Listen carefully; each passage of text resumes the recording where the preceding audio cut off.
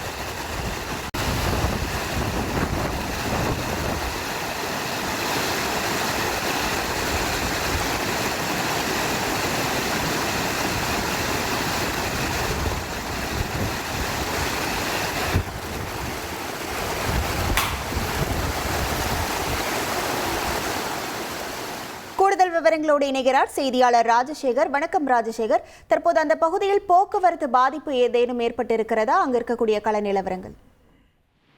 நிச்சயமாக, அதாவது பெஞ்சல் புயல் நேற்று மாலை கரையை கடக்க இருந்த நிலையிலிருந்து தற்பொழுது வரை விழுப்புரம் மாவட்டம் மரக்காணம், கோட்டக்குப்பம், வானூர் உள்ளிட்ட பகுதிகளிலிருந்து காற்றுடன் கூடிய கனமழை, சூறாவளி மழை பெய்து வருகிறது. இந்த நிலையில் பார்த்தீங்கன்னா கனமழையின் காரணமாக தாழ்வான உள்ள பகுதிகளில் மழைநீர் தேங்கி குளம் போல காட்சியளித்து வருது.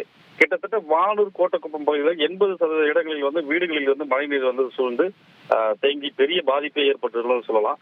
மேலும் பாத்தீங்கன்னா வானூர் அடுத்த கிளியனூர் பகுதியில் பிரதான நெடுஞ்சாலையான திண்டிவனம் புதுச்சேரி தேசிய நெடுஞ்சாலையில் பாத்தீங்கன்னா கிளியனூர் அருகே சுமார் 100 மீட்டர் அளவுக்கு மழைநீரானது ஆறு போல் ஓடி வருவதால் அந்த பகுதியில் முற்றிலும் போக்குவரத்து தடை செய்யப்பட்டுள்ளது. மேலும் இதை அறியாமல் சென்ற சில வாகனங்கள் அந்த தண்ணீருக்குள் மாட்டிக்கும் அவலம் அங்க ஏற்பட்டு வருகிறது. அந்த கார்களை அங்க கார் உள்ள இருக்கும் நபர்களை மீட்கும் பணியில இப்ப தீயணைப்புத்துறை வந்து கொண்டிருக்காங்க. இன்னும் சற்று நேரத்தில் அந்த கார்ல இருக்கிற அந்த நபர்லாம் மீட்டுருவாங்க அப்படின்றது நம்ம பார்த்துட்டு இருக்கோம். இப்ப மேலும் பாத்தீங்கன்னா இந்த கிளியனூர் பகுதி மட்டும் இல்லாம இந்த வானூர் பகுதி, கோட்டக்குப்பம் பகுதி, இந்த எல்லா இடத்துலயும் பாத்தீங்கன்னா தாழ்வான பகுதியில நிறைய மழைநீர் தேங்கி இருக்குது. இதுக்காக தீயணைப்புத்துறையோட எல்லாரையும் அப்புறப்படுத்தும் பணியில ஈடுபட்டு வந்துருக்காங்க. விவரங்களுக்கு நன்றி ராஜசேகர். செய்திகளை உடனுக்குடன் தெரிந்து கொள்ள உடனே சப்ஸ்கிரைப் பண்ணுங்க.